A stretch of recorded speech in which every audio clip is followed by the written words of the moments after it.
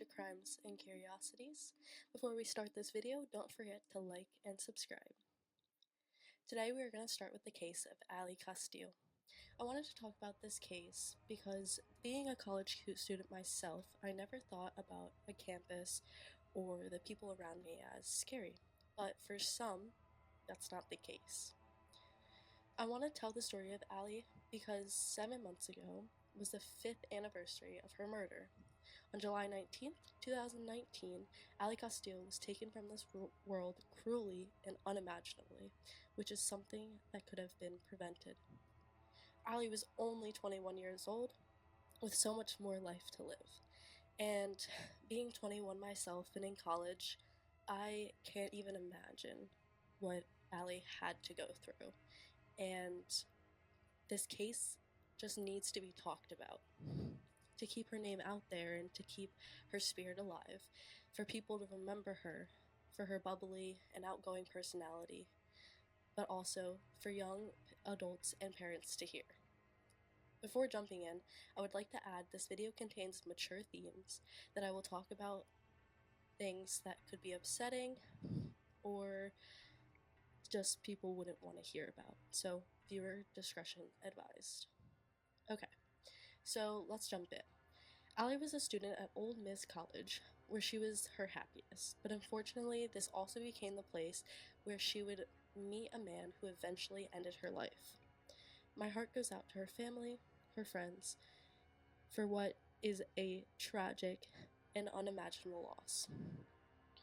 Her full name was Alexandra Madison Kostial, but her loved ones just called her Ally.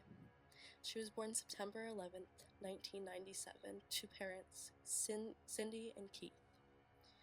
Along with her brother Andrew, Ally was born and raised in St. Louis, Missouri, which is where she lived until attending Mississippi. Growing up, Ally was said to be the happiest child, upbeat and uplifting, and that never seemed to change into her adulthood. While learning about Ally, it seemed to be that she was a happy, positive light to come into everyone's lives. She was someone that would walk into a room and just light it up immediately. Not only was she an overall nice person, Ally was also talented. She was an athlete, a student while attending high school from 2012 to 2016. She was a member of the track team, field hockey team, golf team, cheerleading team, and many other clubs, including the National Honor Society. I honestly don't know where she had all the time to be in so many clubs and have an outside life and keep up with everything. I mean, while I was in high school, I probably had enough time for 2 clubs and hanging out with my friends maybe just on the weekends. And I mean, she was just an overall amazing student and an amazing friend. And with doing all of those things, she even did yoga and ran marathons. One of Ally's biggest goals in life, from however old she was to college, she wanted to go to Old Miss College so bad, which she achieved. There are several reasons why she had always wanted to go there. For starters, she liked the preppy lifestyle that the school had. She liked the academics and how big the football culture was, which is something that she was really interested in and wanted to get more into. Ally ended up joining sororities, which is a huge thing in the South, which a lot of kids our age get into and really enjoy in college. And she even ran a golf club. Before all of that, Ally wanted to get her degree in marketing, and with all the work that she was doing at school, she still managed to have a great social life with her sorority and many, many friends. But just like a lot of girls our age, Ally wanted to share it with someone. And just like that, she was determined to find someone. Unfortunately, Ally did find someone at Old Miss, a fellow freshman, Brandon Thiesfeld, who was not who she thought he was. Brandon did some truly evil things and no one in his life thought he would ever do. It all started Ally's freshman year. I remember the highs and lows of my freshman year, and some of those times I'd like to forget. And I mean, I was an introvert. I was very shy and not outgoing. But Ally was the complete opposite. She was outgoing, she was an extrovert, she wanted to meet all these people, she wanted to be in clubs, she wanted to be included in a lot of things. And that's what she did. And she fully embraced it. She embraced the new adventures, and not a lot of people, like as freshmen, do that. They kind of keep them themselves. They, you know, are so overstimulated with everything going on, and Ally was the complete opposite. One of these people that she met at college was Brandon, who was from Fort Worth, Texas. She crushed on him immediately. Many of her friends said they had an on and off relationship for about 3 years, but never put a label on things. Dating is not a word I would use for these two, especially since they never went on a real date in 3 years. And Ally would bring him to, social mixers at sorority, her date parties, and I guess you could call that a date, but I personally wouldn't. At some point, Brandon would straight up block her number for weeks just because he was annoyed of her, and sometimes that would stretch to even months. But she kept hopeful and that one day they would be together. I think what is complicated about these two people in a relationship like this, is they can be in the same relationship but have two completely different views on what the relationship means. And Ally seemed to want all of the things that Brandon didn't want. She wanted marriage, she wanted someone to spend the rest of her life with, and Brandon didn't want the same. He wanted no commitment, no attachment, and a lot of Brandon's close friends saw him as a womanizer who pulled women around like toys, and when he was done with them, he would drop them like they were nothing. Some of Ally's closest friends have recently spoken up about some of the things in the past, and it seems Ally was going through a lot with Brandon. She was happy and excited one minute, and then she was crying and depressed the next, which was alarming to her friends, of course, but they never really got into it, they never really talked to her about it. Which, if you see a friend going through something like this, even if they're not in a relationship or in a relationship, one of the main things that you need to do is talk to them and help them figure out their situation. Because what happened to Ally can happen again, and we don't want that to happen. So her friends said they think she held back a lot of information about what happened between them. And to hear that is heartbreaking. I can't imagine not telling my friends everything in my life, even the depressing times. I mean, I really rely on my friends a lot, and she seemed like she didn't want to do that out of the respect of their own happiness. Ally was a smart girl, but in situations like that, you don't see that you're being manipulated.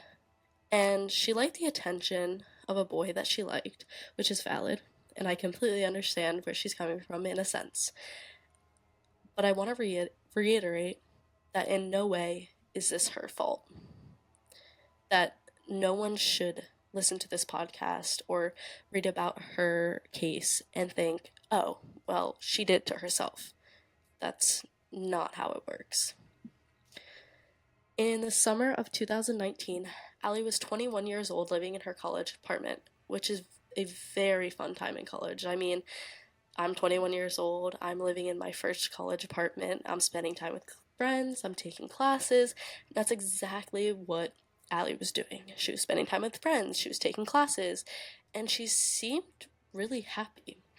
She would talk to her family, not as much as she would like, but she talked to them regularly. Unfortunately, on the evening of July 19th, 2019, she would call her parents for what they didn't know was the last time.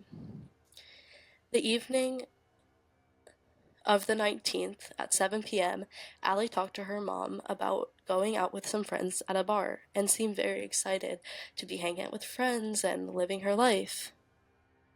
So everything seemed normal, but in just a couple hours, their lives would have changed forever. Later that night at 11:52 p.m., surveillance footage captured a video of Ally walking out of a bar looking down at her phone. We know that she was picked up by an Uber and that the driver got her home safely, but sadly, the plan put in place to end her life was already in motion, and the man to do it was on his way to her house.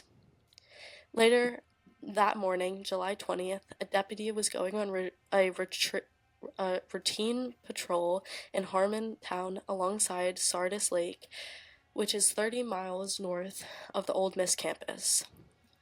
It was there at an abandoned fishing site that the patrol went from routine drive to a homicide investigation. At 10:23 a.m., a deputy came across a body of a woman shot several times, and there was nothing that he could do to save her. The body was that of a 21-year-old Ally Kostial, and the examiner would later determine that Ally was shot a total of 9 times. The investigators said that it seemed like the two of them were sitting on a bench and having a normal conversation. We have no idea what they were talking about or doing, but they were sitting across from each other when Brandon stood up and shot Ally 9 times. This is determined from where the bullet cases had landed, and it seemed Brandon shot in a circle motion, hitting her from multiple angles. At the scene, first responders uncovered a total of 11 bullet casings, and Ally's purse was found 1 mile from her body, which was found in a ditch. In the purse was a student ID, which is how they were able to identify her body. They were able to see where she lived and later contacted her friends and family, where they were able to search her apartment, which will be very important for this investigation. However, they didn't find Ally's cell phone. They tried to ping the location, but none was found. Later in the apartment, they were able to get a hold of her Apple Watch, which, if you know Apple Watches, they sync with your phone so you can see the text messages along with other things. While looking through her text message records, there was one person she was texting that night. And before I even say, I bet you could guess who that was. Yes, none other than Brandon. They were talking about meeting after the bar, which was a huge win in the case. All signs point to Brandon. The investigators then tried to give him a call. They asked him to come in and answer some questions to help with the case, not letting on that he was a suspect. But Brandon simply said sure, but hours later, and he never showed up. Brandon said that he was drinking and didn't want to come in drunk, so they tell him to come in the next day at 8:30. But guess what happened then? He doesn't show up. Brandon was now on the run. The investigators pinged his cell phone, which showed he was driving in the direction of Memphis, Tennessee.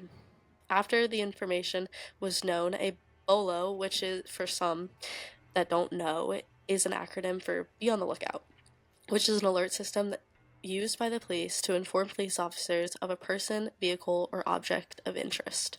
The BOLO was placed on the vehicle with the help of Memphis police force. Brandon was picked up at a gas station the same day. Inside his truck was a .40 caliber gun matching the same weapon that killed Ally. And he also still had blood on his shirt. Brandon was arrested and extradited to the state of Mississippi to the Lafayette County Jail, where he was held without bail. The next morning, on July 23rd, Brandon made his first court appearance, where he was officially charged with murder, which is good. And thank God.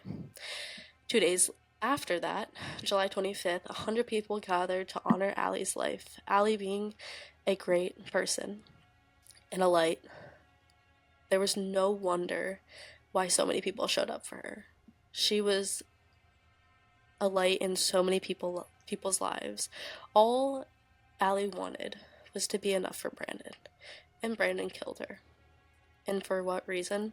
I mean, I have my thoughts and opinions, but it turns out the truth of the matter was so much sadder than you could imagine. It turns out back in April 2019, just 3 months before she was murdered, Ally had texted Brandon that she thought she might have been pregnant. The first text about the pregnancy was sent on April 12th. Just 2 days later, Ally sent him a picture of the pregnancy test. Now, the pregnancy test wasn't absolutely positive, but it also wasn't negative either. She then asked if they could talk, and well, of course, anyone could guess this, Brandon did not react well, and not only would he not meet her, he would have texted her this quote: "It's so early, you just take a pill, not keeping it at all. I do not want a kid at all. I am serious, no kid at all will ruin my life. I will not help at all. Not to be mean, but this is how I feel, and I am not changing my mind." That is what Brandon would say over and over during the months after the first text. He would say that he would meet her and talk about it and go over everything, and then never show up. When he would respond, he would never be comforting or nice, and the next part just really breaks my heart. There was a time in April that Ally had sent him a series of text messages. She said she had been sending Brandon explaining how much alcohol she had been consuming. At one point, she even said she drank a full bottle of tequila, 2 bottles of champagne, 7 beers, and a glass of wine. A lot of these messages are really heartbreaking and disturbing to talk about, and I don't think I'm going to hit on some of them because it's just too hard to even mention. The size of Ally and how much alcohol she consumed could have killed her. And not even that, if she was pregnant, it killed the baby. So, all while Ally was texting Brandon didn't even care in the slightest. He is someone who only cares about himself, and many people who knew him and had spent time with him says that he is self-absorbed, obviously, and flaunts his daddy's money. He even told his friends that his dad's money could get him out of anything. But couldn't get you out of this one now, could it, Brandon? Better luck next time. Your dad can't get you out of this one. Along with the piece of evidence, there was a lot more. On top of the bullet casing that matched his gun, the blood on his shirt, the text messages about meeting up that night, there was also a letter from Brandon when he was first arrested.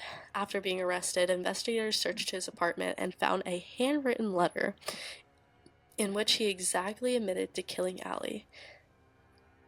But he got close to admitting it. He wrote about how he had terrible thoughts that were fueled by cocaine and alcohol. This was the end for him. At one point, he even said, "I'm either going to prison or I'm going to die."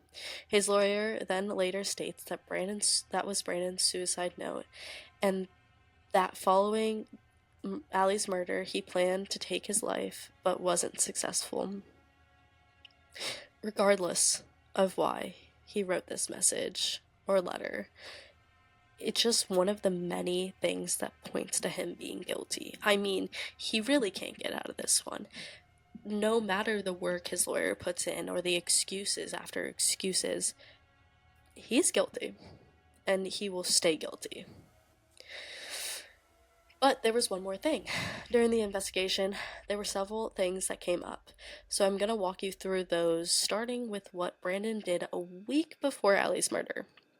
On July 12th, Friday, Brandon drove from Oxford to Fort Worth to get his gun. He even posted a picture on Snapchat saying, "Finally taking my baby back to Oxford." Then the investigators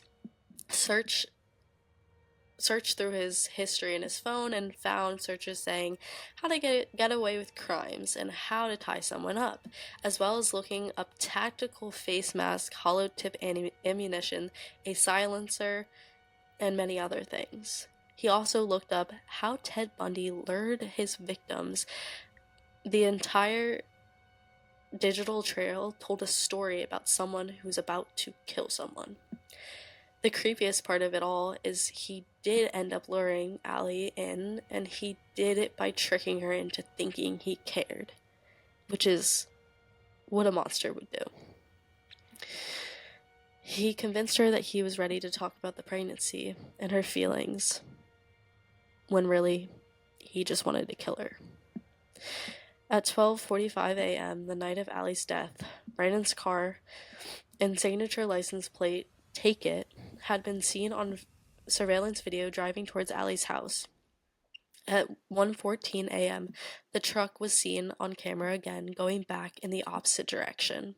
GPS from Ally and Brandon's phone showed that they were driving up towards Sardis Lake. Then, between 2:15 a.m. and 2:30 a.m., several gunshots were heard by people in the area. Then, at 2:50 a.m., both phones were seen traveling back the way that they came. Brandon looked up how to listen to police scanners at Sardis Lake. Investigators then said that Brandon had been drinking and even showed off his gun the days after the murder. On August 22nd of the same year, Brandon appeared in court for what had seemed to be a bond hearing. However, his attorney suggested he get a psych evaluation. The judge approved both requests, meaning he would keep Brandon in jail without bond. A week later, Brandon showed up in court where he was formally indicted on a capital murder charge, which is punishable by the death penalty in the state of Missouri. Brandon did not plead guilty, but due to his psych evaluation, he would have to appear in court, but due to the pandemic, around that time, things got pushed far back. And it was a major change in the world, and a lot of trials were going through the same thing. A lot of trials were getting pushed back or pushed around, and when the trial came back around, Brandon had changed his mind and decided to plead guilty. It was later that Brandon got his life in prison without the possibility of parole. Before Brandon appeared before the judge, he issued an apology to Ally's family. No one deserves to have their life taken away like Ally did. All she wanted was to be loved, and to give her love to someone like Brandon, which costed her her life. Of course, my heart goes out to her family, and I can't even fathom the pain that this has caused for everyone in her life. I don't even know what I would do if one of my friends had been in this situation. And I think it's really important to pick up on the signs when dating anyone, male, female, anything, anyone. It's hard to see it at first. And me opening up on this podcast, I've been through it. And I don't want to see anyone have to deal with something like this. So, this podcast has been for those who are feeling lost or want to understand and be educated, or just want some background noise and maybe a little information on the side. But I hope you really enjoyed this episode, and tune in next week for the next one. Bye guys. Like and subscribe.